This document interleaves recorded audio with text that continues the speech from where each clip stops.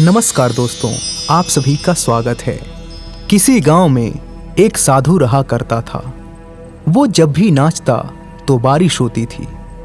गांव के लोगों को जब भी बारिश की ज़रूरत होती थी तो वे लोग साधु के पास जाते और उनसे अनुरोध करते कि वे नाचे, और जब वो नाचने लगता तो बारिश जरूर होती। कुछ दिनों बाद 4 लड़के शहर से गांव में घूमने आए।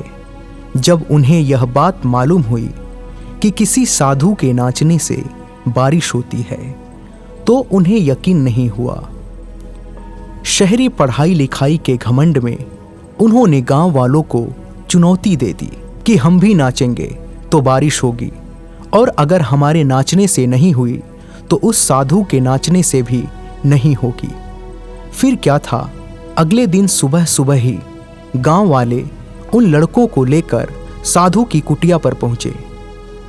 साधु को सारी बात बताई गई। फिर लड़कों ने नाचना शुरू किया। आधे घंटे बीते और पहला लड़का थक कर बैठ गया, पर बादल नहीं दिखे।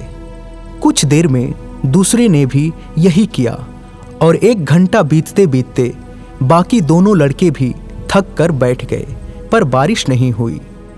अब साधु की बारी थी। उसने नाचना शुरू किया। 1 घंटा बीता, बारिश नहीं हुई। साधु नाचता रहा। 2 घंटा बीता, बारिश नहीं हुई, पर साधु तो रुकने का नाम ही नहीं ले रहा था।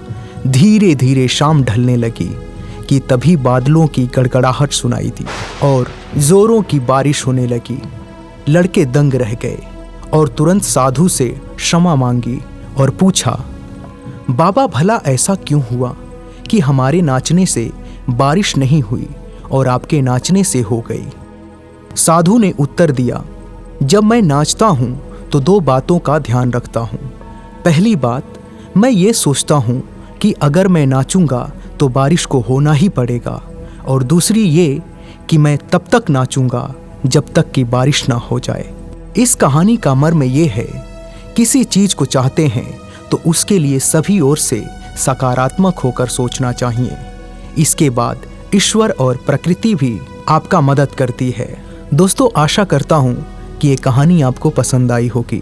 इसी तरह की और भी कहानियों को सुनने के लिए हमारे इस चैनल को अभी सब्सक्राइब कीजिए और हमसे जुड़े रहिए। धन्यवाद।